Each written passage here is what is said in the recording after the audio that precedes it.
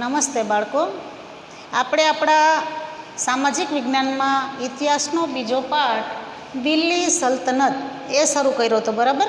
તો તમને મેં આગળ દિલ્હી સલ્તનતમાં ગુલામ વંશની સ્થાપના કેવી રીતે થઈ, ગુલામ વંશમાં કયા કયા શાસકો આવ્યા અને ત્યાર પછી ખલજી વંશ ત્યાં સુધી આપણે ભણ્યા હતા, બરાબર? તો ગુલામ વંશની અંદર રજિયા બેગમ એક પહેલી મહિલા શાસક હતી અને રજિયા બેગમના પિતા ઇલ્તુત્મિશ એણે ગુલામ વંશની ખરો સ્થાપક માનવામાં આવે છે. અને ત્યાર પછી તુગલુક વંશ, તો કે તુગલુક વંશની અંદર જે જલાલુદ્દીન છે એના શાસનની અંદર 6 વર્ષ પછી અલાઉદ્દીન ગાદી આવ્યો. અલાઉદ્દીન છે ખૂબ મહત્વાકાંક્ષી હતો અને એણે એના રાજ્યમાંથી દાગ અને ચહેરા એવી એક સૈન્યની ખાસ ઓળખ કરી, કાયમી સૈન્યની સ્થાપના કરી અને જે કંઈ સુધારા કરવાના હતા એ એણે કર્યા. અને ત્યાર પછી આપણે જોઈએ કે ખલજી વંશ પછી દિલ્હીની ગાદી ઉપર તુગલુક વંશની સ્થાપના થઈ. ત્યાં સુધી આપણે પહોંચ્યા હતા. એટલે અત્યારે આપણે ક્યાં પહોંચ્યા? તો કે તુગલુક વંશ, બરાબર? તો તુગલુક વંશ દરમિયાન મોહમ્મદ બિન તુગલુક એક પ્રતિભાવંત સુલતાન થયો. તેણે તેના સમયમાં કેટલીય યોજના અમલમાં મૂકી.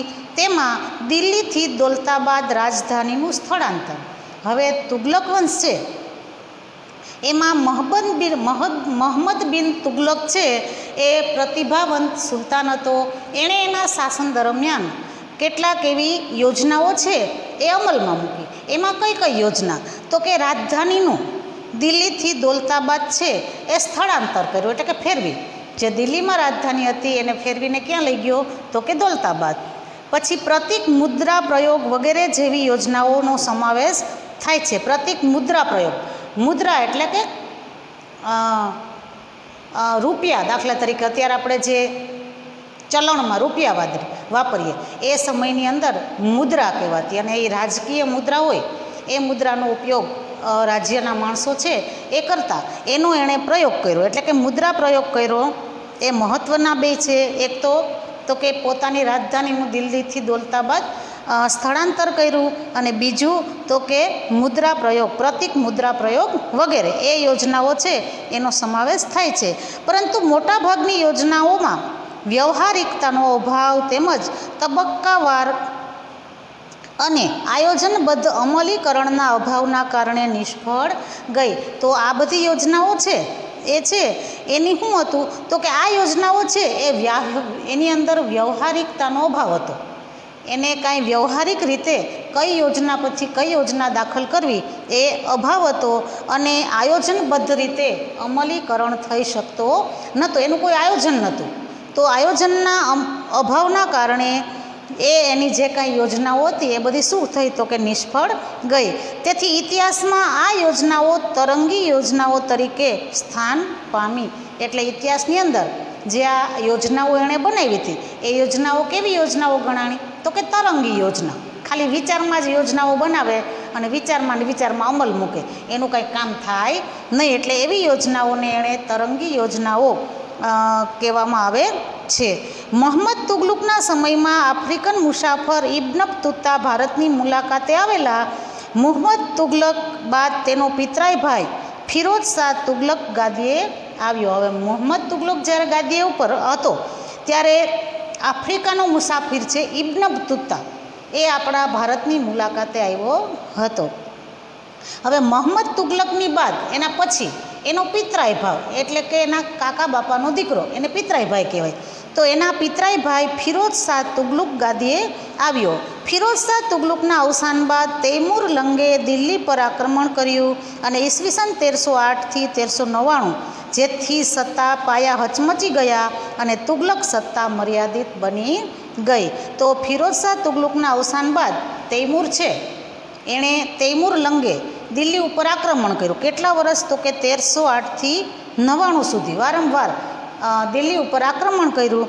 એટલે એની સત્તા જે હતી તુગલક વંશની એનો પાયો હચમચી ગયો અને તુગલક સત્તા છે એ કેવી બની ગઈ? તો કે મર્યાદિત બની ગઈ. ત્યાર પછી કોણ આવ્યું? તો કે સૈયદ વંશ. ઈસવીસન 1444, ઈસવીસન 1451 અને લોધી વંશ છે ઈસવીસન 1451થી ઈસવીસન 1426. તુગલક વંશના શાસનના અંત બાદ ખિજ્ર ખાએ સૈયદ વંશની સ્થાપના કરી. હવે તુગલક વંશનો અંત આવ્યો પછી દિલ્હી ઉપર કોની સત્તા સ્થપાણી? તો કે ખિજ્ર ખાન છે એણે સૈયદ વંશની સ્થાપના દિલ્હીમાં કરી. સૈયદ વંશ બાદ બહલોલ લોધી ગાદીએ આવ્યો. સૈયદ વંશમાં કોણ આવ્યો સૈયદ વંશની બાદ? તો કે બહલોલ લોધી છે. સૈયદ વંશ બાદ બહલોલ લોધી છે એ દિલ્હીની ગાદીએ આવ્યો.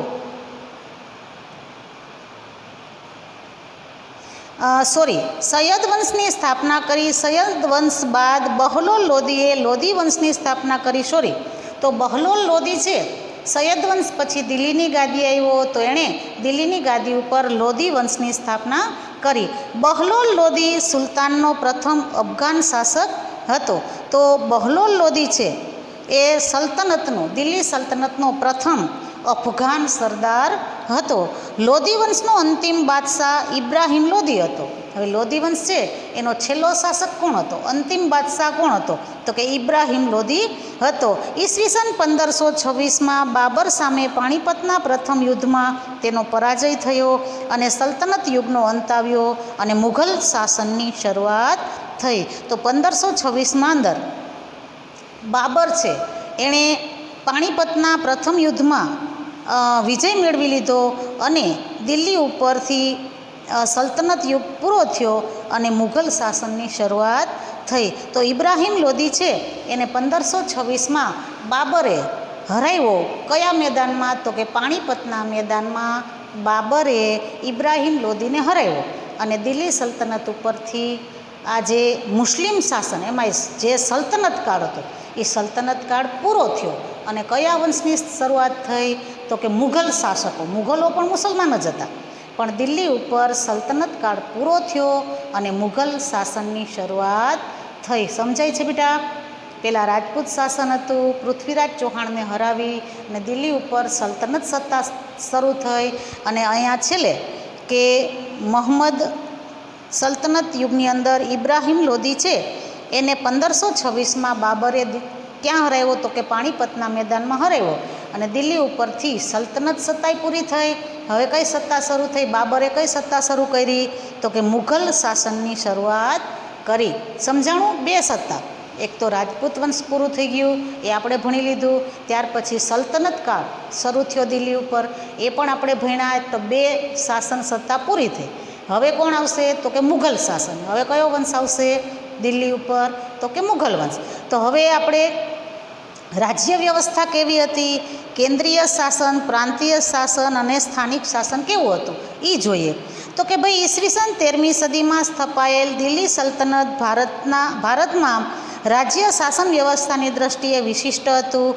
દિલ્હી સલ્તનત શાસનના કેન્દ્રમાં સુલતાન હતો. સુલતાનની સત્તા સર્વોપરી ગણાતી.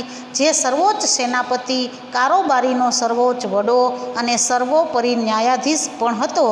સુલતાને મદદ કરવા એક મંત્રીમંડળ હતું. મંત્રીમંડળના મંત્રીઓ અને અધિકારીઓની નિમણૂક સુલતાન પોતે જ કરતો. સલ્તનત શાસન વ્યવસ્થા કેન્દ્રીય, પ્રાંતીય અને સ્થાનિક એમ 3 વિભાગોમાં વહેંચાયેલી હતી. તો આપણે જોયું કે સલ્તનત કાળની અંદર રાજ્ય વ્યવસ્થા કઈ હતી? તો કે સુલતાન હોય, રાજા હોય એ કેન્દ્ર સ્થાને રહેતો, એ લશ્કરનો વડોય રહેતો, ન્યાય પણ કરતો એટલે કે સર્વોચ્ચ ન્યાયાધીશનું કામ પણ કરતો અને કારોબારીનો પણ સર્વોચ્ચ વડો ગણાતો. એને મદદ કરવા માટે એના રાજ્યમાં પ્રધાનમંડળ હતું પણ એ પ્રધાનમંડળના પ્રધાનોની નિમણૂક પણ કોણ કરતો? તો કે એ સુલતાન જ કરતો. હવે એ સમયે કેન્દ્રીય શાસન, પ્રાંતીય શાસન અને સ્થાનિક શાસન એવી વ્યવસ્થા હતી. અત્યારે આપણે એમ જ છે, દિલ્હીમાં કેન્દ્ર સરકાર છે, દરેક રાજ્યમાં રાજ્ય સરકાર છે અને એની નીચે તો કે મહાનગર, નગર, તાલુકા અને ગ્રામ્ય એની અંદર સ્થાનિક સરકાર કામ કરે છે. અત્યારે પણ આપણા ભારતમાં એ જ વ્યવસ્થા છે. કેન્દ્રીય શાસન. સુલતાન પછી મંત્રીમંડળ મુખ્ય હતું. સુલતાનનો પ્રધાનમંત્રી વજીર કહેવાતો, તે વહીવટી તંત્રનો વડો હતો. આ ઉપરાંત મંત્રીમંડળમાં સેના વિભાગ, પત્ર વ્યવહાર વિભાગ, ધર્મ વિભાગ, વિદેશ વિભાગ, ગુપ્તચર વિભાગ વગેરે વિભાગોનો સમાવેશ થતો. આમ થોડા ઘણા અંશે આધુનિક મંત્રીમંડળ જેવી વ્યવસ્થા તે સમયે પણ જોવા મળે છે. તો સુલતાન પછી કોણ મહત્ત્વના હતા? તો કે સુલતાન પછી મંત્રીમંડળ મુખ્ય હતા. અને એમાં તે સમયે કેવા કેવા મંત્રીઓ હતા? તો કે પ્રધાનમંત્રીમાં વજીર, જે મુખ્ય પ્રધાનમંત્રી હોય એ વજીર કહેવાતો. પછી વહીવટી તંત્રમાં એ વડો પણ હતો. આ ઉપરાંત મંત્રીમંડળમાં સેના વિભાગ, પત્ર વ્યવહાર વિભાગ, ધર્મ વિભાગ, વિદેશ વિભાગ, ગુપ્તચર વિભાગ વગેરે વિભાગો હતા. અને લગભગ અત્યાર જેવી આધુનિક આપણી મંત્રીમંડળની જે વ્યવસ્થા છે ને એને મળતી વ્યવસ્થા એ સમયે પણ હતી. પ્રાંતીય શાસન. સલ્તનત કાળમાં પ્રાંતને જાગીરમાં વહેંચવામાં આવતું, જેને ઇકતા કહેવામાં આવતું. હવે સલ્તનત કાળની અંદર જે પ્રાંત હતા એને શેમાં વહેંચવામાં આવતું? તો કે જાગીર. એને શું કહેવાતું? તો કે ઇકતા કહેવામાં આવતું. ઇકતાનો વડો એ ઇકતેદાર કે મુક્તિ કહેવાતો. હવે ઇકતાનો એક વડો હતો એને શું કહેતા? તો કે ઇકતેદાર અથવા તો મુક્તિ કહેવાતો, જે પ્રાંતની કારોબારી અને ન્યાયતંત્રનો વડો હતો. પછી પ્રાંતમાં જે કારોબારી વ્યવસ્થા ચલાવી હોય અને ન્યાય કંઈ આપવો હોય તો એનો એ વડો કહેવાતો. તેનું કાર્ય જમીન મહેસૂલ એકત્ર કરવું, એટલે કે કરવેરા લેવા જમીન ઉપર. જે આપણે છઠ્ઠો ભાગ કર હતો ને એ, તો જમીન ઉપર કરવેરા એટલે કે મહેસૂલ ઉઘરાવવાનું. અને સુલતાનને જરૂર પડે ત્યારે લશ્કરી મદદ કરવાનું રહેતું. જ્યારે સુલતાનને લડાઈ કરવા જાવી હોય કે મદદની જરૂર હોય ત્યારે સુલતાનને મદદ કરે. બાકી એ પ્રાંતમાં જમીન મહેસૂલ ઉઘરાવે અને ન્યાયનું કામ કરતો. જોકે અલાઉદ્દીન ખલજી અને મોહમ્મદ તુગલકના સમયમાં કેન્દ્રીય સેનાને મહત્ત્વ આપી ઇકતેદારો પર નિયંત્રણ સ્થાપવામાં આવ્યું હતું. જોકે અલાઉદ્દીન ખલજી અને મોહમ્મદ તુગલક છે એના સમયમાં કેન્દ્રીય સેનાને મહત્ત્વ આપી અને ઇકતેદારો પર નિયંત્રણ રાખવામાં આવતું હતું. હવે એવા સ્થાનિક શાસન. તો કે પ્રાંત પછીના એકમને જિલ્લા અને તાલુકામાં વહેંચવામાં આવતા, જેને અનુક્રમે શીખ અને પરગણા કહેવાતા. તો આપણું અત્યારે જે સ્થાનિક શાસન છે એમાં મહાનગરો, નગરો, પછી જિલ્લા, તાલુકા અને ગામ આ આવે. જ્યારે એ સમયમાં જે જિલ્લા અને તાલુકામાં વહેંચવામાં આવતું એને શીખ અને પરગણા કહેતા. જિલ્લાને શીખ અને ગામડાને પરગણા કહેવામાં આવતા. ગામનો વહીવટ મુખી કે મુકદ્દમ કરતો, તેને પરવારી અને કારકુન મદદ કરતા. ગામનો વહીવટ હતો એ કોણ કરતો? તો કે મુકદ્દમ અથવા તો મુખી કરતો. અને એને પરવારી અને કારકુન બે હોદ્દેવાળા માણસો હોય ને એ એને મદદ કરતા. ત્યારે એના નામ આવા હતા. અત્યારે આપણે સરપંચ કહીએ, ત્યારે એને મુખી કહેતા. તો એવી રીતના લગભગ અત્યારને મળતો એનો વહીવટ આવતો. તો હવે પછી આપણે કિલ્લા અને અન્ય બાંધકામો એ ભણશું. પછી કુતુબ મિનાર, ઢાઈ દિન કા ઝોપડા અને દિલ્હી ઉપર સલ્તનત સત્તાની અંદર જે કાંઈ બન્યું એ આપણે હવે ભણશું. અત્યારે આપણે શું ભણી ગયા? તો કે તુગલક વંશ, ત્યાર પછી સૈયદ વંશ આવ્યો, ત્યાર પછી લોધી વંશ આવ્યો, અને ત્યાર પછી આ જે સલ્તનત કાળની રાજ્ય વ્યવસ્થા કેવી હતી? તો કે કેન્દ્રીય શાસન વ્યવસ્થા, સ્થાનિક શાસન વ્યવસ્થા અને પ્રાંતીય શાસન વ્યવસ્થા એ કેવી હતી એ આપણે અત્યારે ભણ્યા. આજનું લેસન તમારા સ્વાધ્યાયનો બીજો પ્રશ્ન, ખાલી જગ્યા પૂરો. એ ચારે ચાર ખાલી જગ્યાના જવાબ પણ મેં તમને લખી દીધા છે. પહેલી ખાલી જગ્યામાં અજમેર જવાબ આવશે, બીજીમાં સુલતાન આવશે, ત્રીજીમાં ઇબ્રાહિમ લોધી આવશે અને ચોથીમાં અલાઉદ્દીન ખલજી. એ તમારા જવાબ છે. મેં તમને અહીંયા લખી દીધા છે. એના ફોટા હું મોકલાવીશ નહીં, એટલે ધ્યાન રાખજો. પ્રશ્ન બીજો, તમે વિકલ્પો તો લખી લીધો ને મેં પહેલાં પીરિયડમાં આપ્યો બરાબર? તો વિકલ્પો લખી લીધા. ત્યાર પછી બીજો પ્રશ્ન ખાલી જગ્યા છે એ તમારા પાકા ચોપડામાં લખી લેજો. અહીંયા એના જવાબ આપેલા છે. હવે એના પછીનો જે તમારો થોડોક પાર્ટ બાકી છે એ આપણે હવે પછીના પીરિયડમાં આગળ ભણાવશું. બરાબર?